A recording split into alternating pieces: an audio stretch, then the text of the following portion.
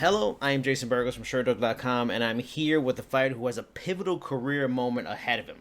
On July 16, on the Week 4 episode of Dana White's Contender Series, this man will take his unbeaten resume into the UFC Apex and look to earn a contract with the MMA world leader. And that man is American top team talent Kevin Syler. Kevin, thank you for giving me some time tonight as we get so close to this big moment in your life right now. Thanks, Jason. It's always nice to talk to Sherdog. I've been browsing the website since I'm a chubby 15-year-old, so it's always nice. It's always very validating. Very cool, very cool. Now, we have much to talk about, of course, with you having this very important fight coming up on the Contender Series. But before that, I want to know a bit about you. Now, not all the time do you have fighters that have a connection to Bolivia. Talk to me about that. Did you grow up there and then and move with your family from there? Were you born here and your parents had emigrated from there? What's the story with your Bolivia connection? Sure. I'm very proud to say that I was born and raised in Bolivia, and that's my mom's from Bolivia, and my dad was from Texas. So I'm half and half, but as far as being born and raised, it was all Bolivia. My cultural background and just my overall identity, is Bolivian, and I lived and grew up there until I was 18, and then I moved up here in America, to pursue the fighting career. So that's interesting. So your father's from Texas. So what did he move down there for a time, and that's how you met your mother? Did your mother visit here? How did they connect? A guy from Texas and a woman from Bolivia.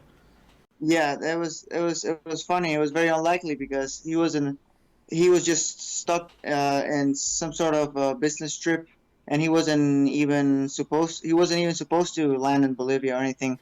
There was something wrong with the plane or something wrong with the airline or something, and he had to stay there. And he met my mom. My mom was working as a receptionist in the hotel he was staying in, and he met her and got her phone number, or they went out or something, they would just fell in love right there, and he ended up going back to follow up and to meet her better, and that's how it started. So it was very unlikely. That's how I. I mean, and it's interesting too, and we see it honestly all over the globe. I mean, especially in Europe and stuff like that. Your English is phenomenal. The fact that you speak this level of English, and you said you left there 18, was that something like in the schools down in Bolivia, like they, the second language that they prominently teach in schools is English, or do a lot of people speak very good English there? Is it because your father was from here? You always learned from birth? Like how does your English so good despite living there? It's a combination of everything you said. Well, in my school, there was a strong emphasis in the English language. For some reason, it was one of the hardest subjects to pass, and they demanded a lot about the English program in my particular school, just because they were aware that it was very important. And also, my dad. I mixed it up with my dad. I spoke some Spanish and some English with him, and my two older brothers. They had a little bit of a different background than I did. They actually lived in the States when they were younger, and then moved and where I was born. So they spoke more English than I did, and kind of they always pushed for me to to keep that at least a little bit of that American culture and pride. I always try to embrace it as well. I think when you have heritage from somewhere else, that you can't just forget about it, or you have to be, in my opinion, in my humble opinion, you have to be interested enough and to know at least understand and speak and at least know some things. But when I came here, that's where I really started flowing with it, because I understood, but I couldn't really hold a very, very long and fluid conversation like I can now. So it was definitely the move up here that solidified my English. Yeah. Now, and usually I usually like saving questions for non-fighting things for the very end. But you have a unique situation, you have a unique story, and the country's in a unique story, and you are a person who shares your Bolivian and American roots. And as a person who I'm guessing you came from Bolivia so you could be a fighter, to live that American dream, to this is where the strength of the MMA industry is. What is kind of like your opinion on what's going on with like the anti-immigration thing we have in the country right now, in terms of you have that's a similar kind of story, and the problem is starting all from the White House. I mean, what's your thoughts on all this stuff and all this turbulence in the country right now with that? Well, I can only give a very basic and outsider perspective of the issue. I came here. I have a citizenship, so that's a different thing. I think it's it's important for the country to establish the limits and to establish, that people have to have a citizenship to come here, and Mm-hmm. it can't be just um, uh, a free for all thing. I think there has to be regulations and limitations, but it's a very complicated subject. I'm not leaning too far to the side of saying, just just build the walls and reinforce everything and just make it a lot harder, Mm-hmm. because I know it's not as easy, and there's a side of the story from both sides, and there's people in real need, and that they're very hard workers. But I am for regulation, and I am for for things to be done properly, for things to be done legally. Mm-hmm. Um, and at the same time, I think there has to be compassion, and there has to be some sort of leniency and some sort of consideration for the people that want to come here, and not make it extremely hard, or just close down the barriers completely. Mm-hmm.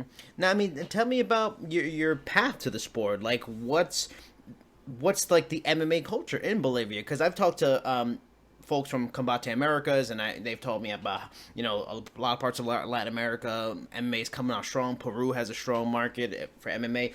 Did you do martial arts as a kid at all? Like, what did you watch UFC? As a kid growing up in Bolivia, how did you eventually make your way into wanting to become a professional MMA fighter? Yeah, well, my brothers were always involved in the martial arts from a young age. Mm-hmm. So one is 7 years older than I am, and the other one's 10. So they have they're very much ahead of my time. So when I was really young, and when I could barely walk, I was already watching them train, and learning and watching and just admiring. We would watch the classics, the boxing fights, the kickboxing fights, the K1 fights, and all of that. Mm-hmm. So I grew up in that environment, uh, and around when I was 12 or 13, I had already been around it for a long time, but I hadn't really gave it a shot to formal training, and I was on a vacation, and I had a lot of time to spare, so I figured I should give it a try. Just 3 times a week I started boxing, Mm-hmm. and the MMA was non-existent yet in Bolivia Mm-hmm. when I was around 13. I did boxing. I was pretty good at it because I was already a natural. I already knew the basics from watching, and then transitioned to kickboxing. And so I was already always a very talented, versatile striker. It was kind of it came easy to me, the striking arts. And then MMA started to get big. We started watching some UFC, some old tapes, the older UFCs. But the Yeah. ones that really, really, really caught our attention, and that like really made us have a passion for it, want to do it. It was the Pride fights. Ah.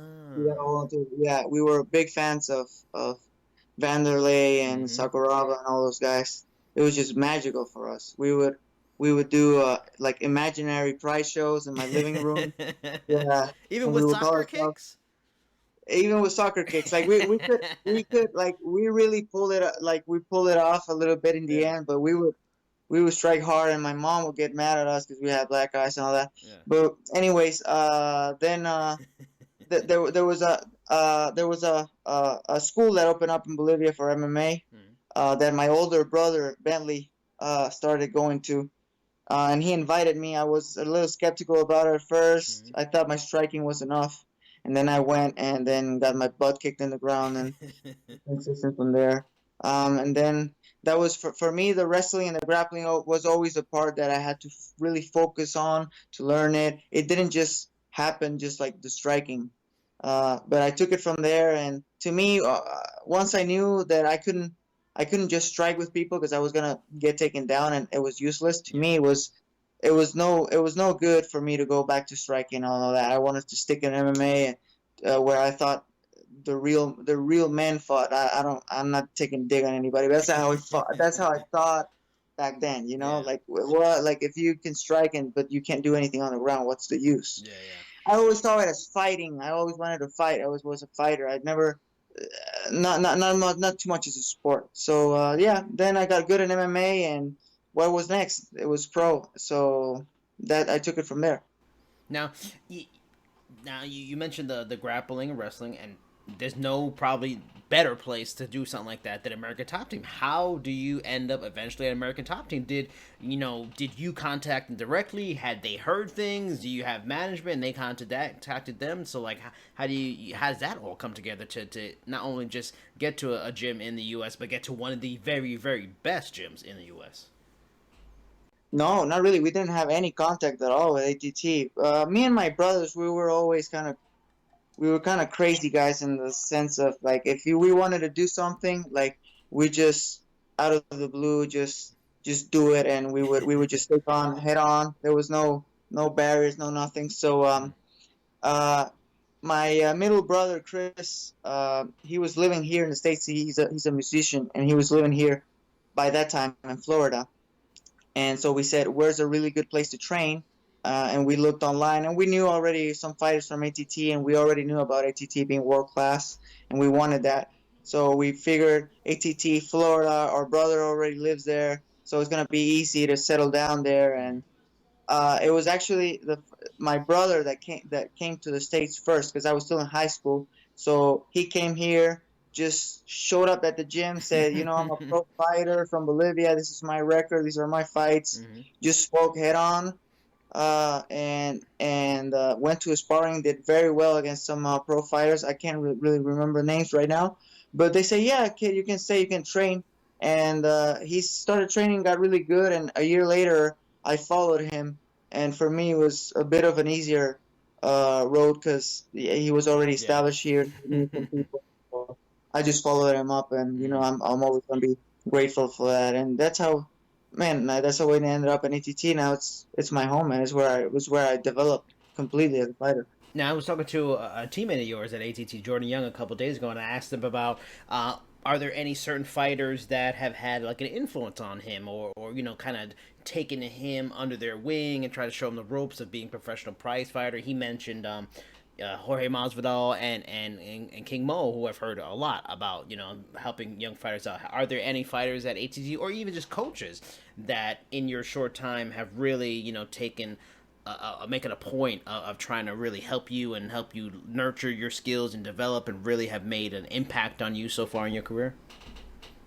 To be honest, I in all these years, I never really had a particular person that took me under their wing, or uh, like, really that I embraced their style or anything. I was always a do it myself guy, and I always kind of I valued the whole gym as a whole. Mm. And I said, you know what, I'm gonna train with everybody. I'm gonna gain knowledge from everybody.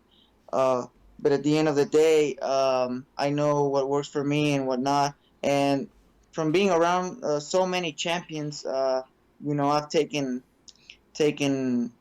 tips as far as mindset, as far as uh, how much training they do. Because when you're far away, when you're somewhere like Bolivia, and you're so far away from the world class talent, you don't even know how hard to train. You don't even know what works, what doesn't work. So here it's kind of a grind, like a grindhouse all the time, where you're just constantly learning, man. I can't really point out to anyone like Mm. Mike Brown. I've learned so much from Mike Brown, Mm-hmm. Dean Thomas, Conan. Right now, there's Moicano from 145. Yeah. I sparred for years and years with Daniel Strauss. He kicked my butt so many times. Mm. Uh, went endless rounds with Dustin Poirier. Mm. Like it's just so many people.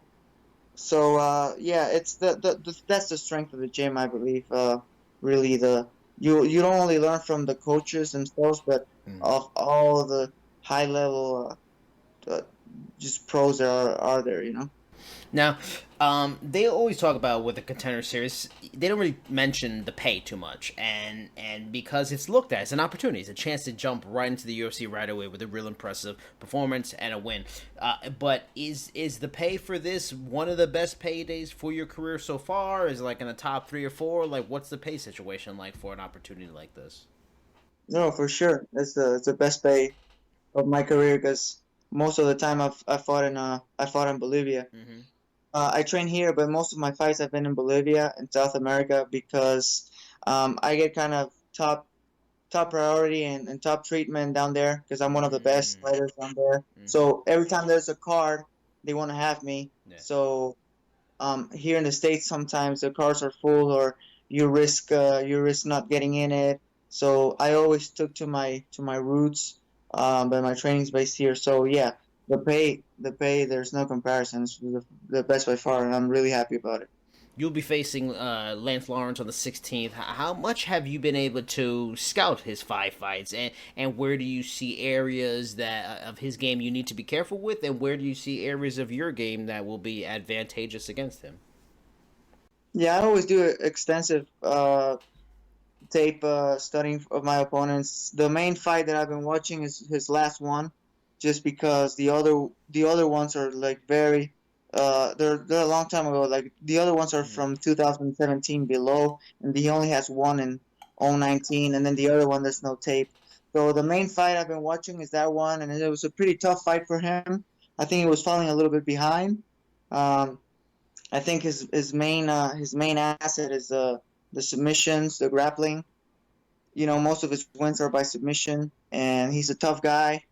He excels in those tough fights. He's not the kind of guy that to get it done like really quick.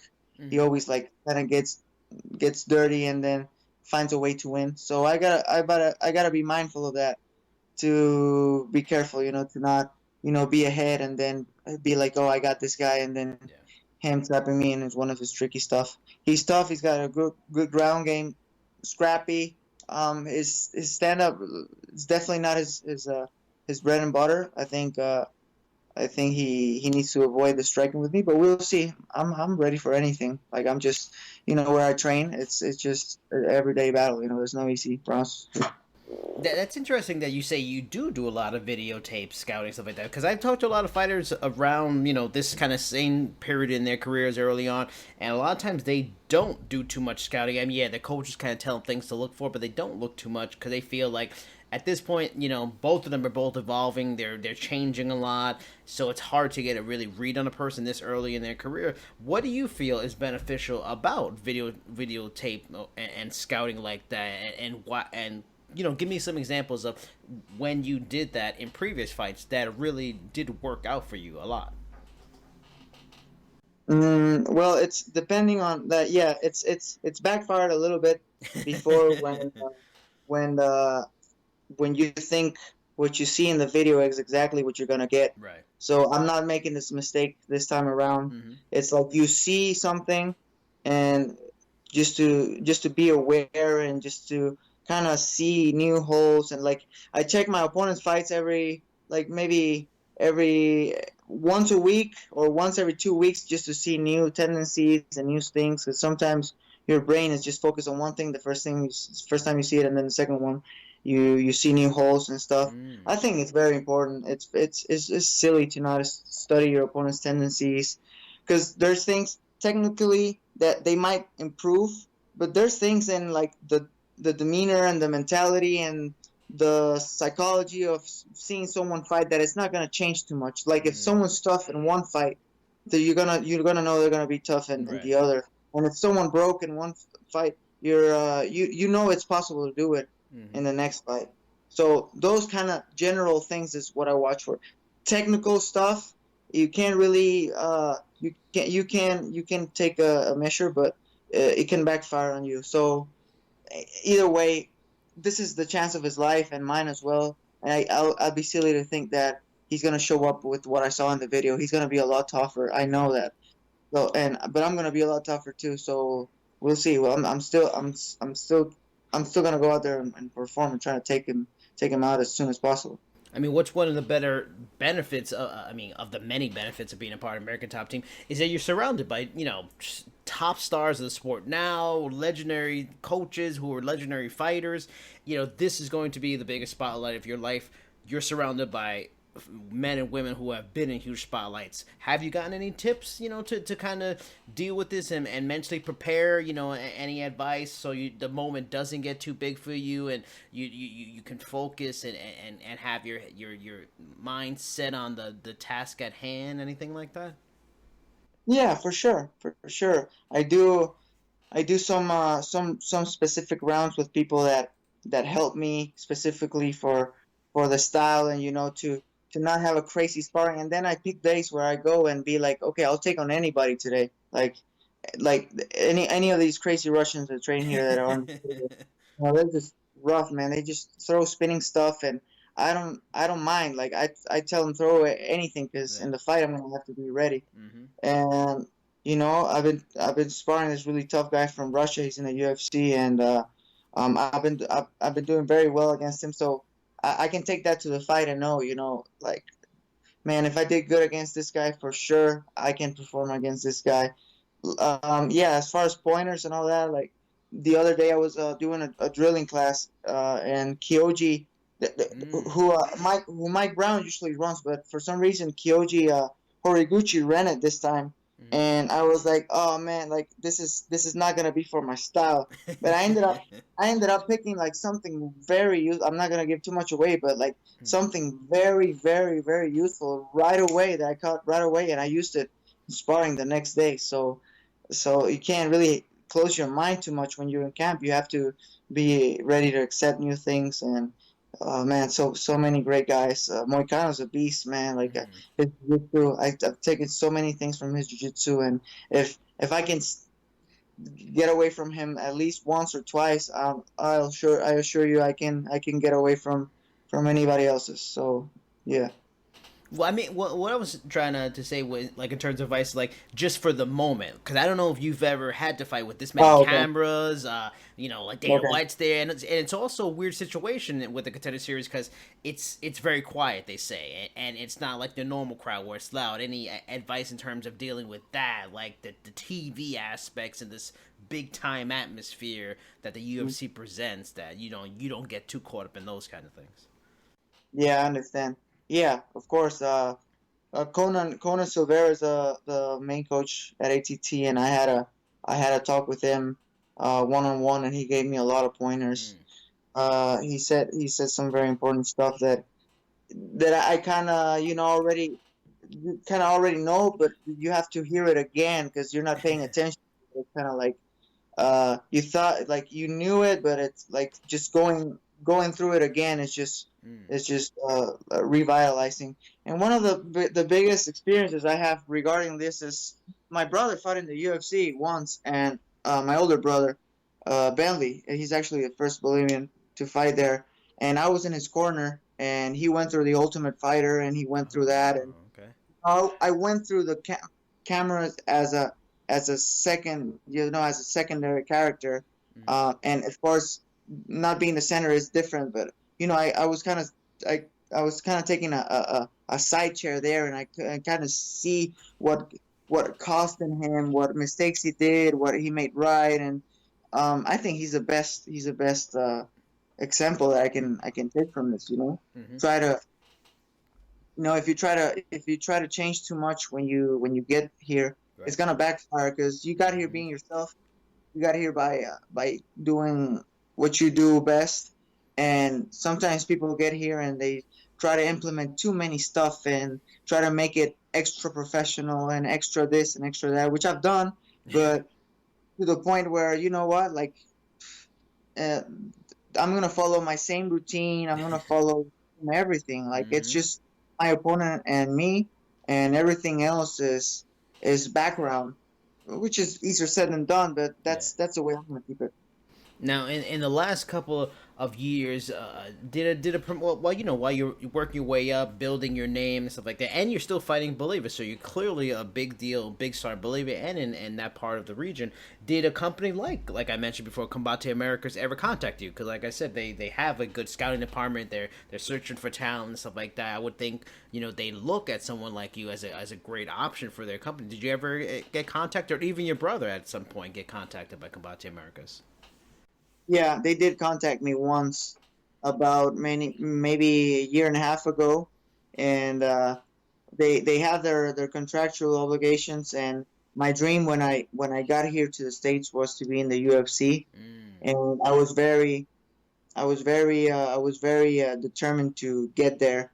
Uh, it started to getting a little bit frustrating, and you know you gotta be mature enough to say, you know, I'm not gonna be waiting forever, Yeah. or I'm growing up and I gotta be a man now, and I gotta get some money and take care of myself, uh, and you know, my future family. So I Mm. was already in the mindset of, you know, this year I'm gonna give it a shot, and if not, I'm gonna seek other options. And I definitely got an offer from Combate, but I think in the end my vision kept strong, and you know this opportunity came up, and we're here. This is how it is. Was and you hear that all the time. Everybody wants to go to UFC, and completely, totally, understandably so. It's the biggest show. It's the most notable show. But would you know? Not even just come out to any company. Is there a certain number that would have been like, okay? I can't turn this down. Like if they would offer, you know, a 60 and 60, 70 and 70, or more than that, would that have made you say, okay, I'll go there, or you know, you wanted to no matter what try the UFC first before you thought about anything else? Yeah, when I first came here, I would have said no. There would have been any number that would have convinced me. But yeah, I mean, like when you grow older and you start having perspective and knowing what's what, I think a big number like what you just said might have changed my mind a little Mm-hmm. bit. But I never did this for the money. I just want to be able to, I just want to be able to have a decent, a good life, and earn, just earn what I fought for. I don't need luxuries. I don't need the big stuff. I just need to have a comfortable life, and if I can say that I earned that with my fists, I'm happy. You know, once you get there and once you start making the money, I bet it's different. The mentality. Yeah.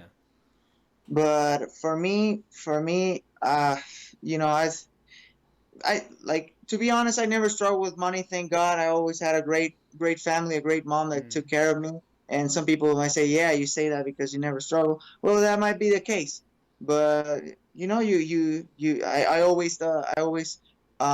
I was thankful for that, and I never took it for granted. So that's Mm-hmm. why I trained my butt off, because I knew that some other people don't have the money to be doing this, and me slacking in training would be a a punch in the face for all those people, you Yeah. know. So everybody's got their own situation, and you gotta do the best with what you got. And money, it was never about money with me, and it's still not, and it's still the UFC, and we did it. I think I'm here, and I'm not gonna waste it. Now, two questions left. I appreciate the time. The second to last one is, how did you come about getting the name El Nino Bala, and was there someone specifically that gave it to you? You know, so what's the story behind your nickname? Oh, he's gonna flip out every time I have to mention him. It was my cousin who gave me the nickname, and now he's gonna be famous for it. When I was younger, I was a teenager. I was fat and chubby, and I was like pretty slow for sports, Uh-huh. for most sports, not for fighting. Um, and I would go. I would. He lived across the street from where I lived, so it was two houses away, his house. And I would go to his house to. He had a bench machine, and we would go Mm. do long 4 mile runs and whatnot, and train a little bit. And so I would go to his house, and one day I was doing this bar swing where he had to help me do it because I didn't have the strength to do it by myself. Okay. And I lost my grip of the bar, and as I was swinging, I flew like really far away, and he had to hold me for me to not bang my head on the ground. Oh wow. And he was like, "Oh man, you're all right, you're all right. You flew," and he's like, "You flew like a bullet." Mm. And oh, I'm gonna call you the bullet kid, because you flew like you just flew like a bullet, and we were laughing about it. And every time I would go to his house, he would yell at me from a distance, say, "Hey, what's up, Nino Bala? The bullet kid. Please don't fly on me this time. Just don't fly away from me this time." And he would make fun of me until he got kind of annoying, where I would. And then when I got good at fighting and I was really quick and dangerous and all that, I told him, now I'm the real bullet guy. Like I'm like, it's no joke now. I am the actual live bullet boy. So last question, what's some of the things you like to do when you're not fighting? I'm sure it takes up a lot of your time, especially when you're in camp. Do you have personal passions and loves that you are not fighting? Cooking or music, or a big Netflix fan, comic books like Jordan Young told me a couple days ago. Well, what's something that you love that has nothing to do with fighting? It's funny, when I was younger, like my side hobby was to analyze fights all the time. So I kind of got old because I really needed to disconnect a little bit. Mm-hmm. Nothing crazy. I like spending time with my friends. I have a long distance relationship, so when I'm resting at the house, I'm usually sharing with her, with my girlfriend. We watch shows. We love shows. We watch every single show. I'm a big Netflix guy. What's your Netflix Um, shows? Give me three Netflix shows El Nino Bala watches. I think best ever is Breaking Bad. Oh, okay. I think the best ever. Then we love Walking Dead, and Mm-hmm. we like Bloodline. And then there's an Argentinian TV show called El Marginal, which is from a jail. That's really good. Mm. I like cooking. My cooking is not there's no gourmet or anything, but I use it as a if Yeah. you give me a recipe, I'll follow it to the T and cook it deliciously. Uh-huh. I'm not a pro that do wonders with whatever you have in the kitchen, Yeah, but yeah. I really like cooking. Like it's like an escape for me. Like it's very therapeutic for me. That's about it, Do, really. I'm do, just straightforward. do you watch MasterChef?